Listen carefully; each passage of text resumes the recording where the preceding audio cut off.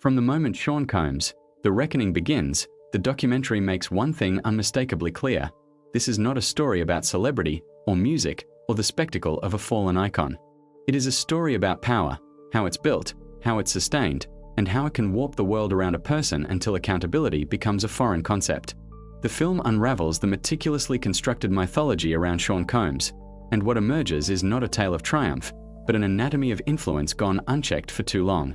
And as the story unfolds, the documentary becomes less of a biography and more of an investigation into the machinery that protects the powerful, even at extraordinary cost. The first major takeaway is how easily an empire can form around a personality when fame becomes currency. The documentary paints Combs not simply as a successful music executive, but as someone who learned early how to turn ambition into identity. Through charisma, relentless drive, and strategic positioning, he built a persona that was larger than life, one that made him the center of every room he walked into. But the film pushes past the glamour and exposes how this persona became a smokescreen, shielding behaviors that, according to the accounts given, were not only destructive but deeply predatory. The illusion of invincibility, crafted over decades, becomes the very shield that allowed damaging patterns to flourish behind closed doors. Another takeaway lies in the emotional gravity of the testimonies shared throughout the documentary. These voices, many of which were previously unheard or dismissed, shift the narrative away from headlines and into the lived experiences of people who claim to have been hurt, exploited, or manipulated by someone they once trusted. The documentary does not treat these stories as shock value or tabloid fodder. Instead, it treats them as the emotional and moral center of the entire piece.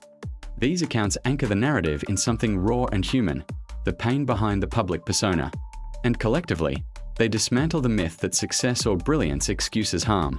It is this contrast between the celebrated mogul and the alleged reality behind the scenes that fuels the documentary's sense of urgency. But what truly elevates The Reckoning is how it exposes the ecosystem that allowed these accusations to go unanswered for so many years. It raises uncomfortable questions about institutions, industries, and individuals who had the power to intervene but chose silence. Whether out of fear, loyalty, dependency, or profit, the machinery surrounding Combs functioned like a protective dome, filtering out criticism while amplifying his image. The documentary makes it clear that this story is not only about one man's alleged actions, but also about the mechanisms of complicity.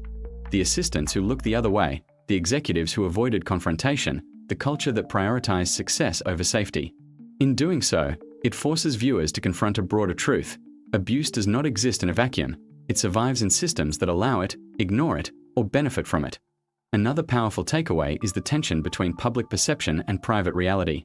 For decades, Combs mastered the art of crafting an image that radiated dominance and untouchable confidence. That cultivated image became currency, opening doors, granting access, and reinforcing the illusion of control. But the documentary peels away the facade layer by layer, revealing how fragile that image truly is. The contrast between the man projected onto screens and the one described in testimonies is stark, and the film invites viewers to examine the cost of believing in a myth built on charisma rather than character. It asks whether society's obsession with celebrity blinded us to warning signs hiding in plain sight.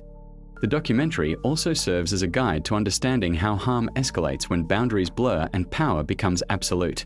It shows how patterns of manipulation can begin subtly: favoritism, control disguised as mentorship, dominance masked as leadership, before evolving into something darker and more dangerous.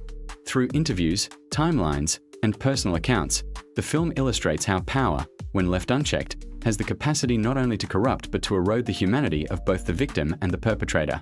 And in telling this story, the documentary underscores the importance of boundaries, accountability, and systems that protect the vulnerable, not the powerful. A deeper, more unsettling takeaway emerges from the way the documentary confronts the broader culture of silence. Many of the people interviewed describe being afraid to speak out for years, not because the truth was unclear, but because the consequences of exposing it were too great. Careers, relationships, livelihoods, everything hung in the balance. This culture of fear, the documentary argues, did not just allow these alleged abuses to persist, it fortified them.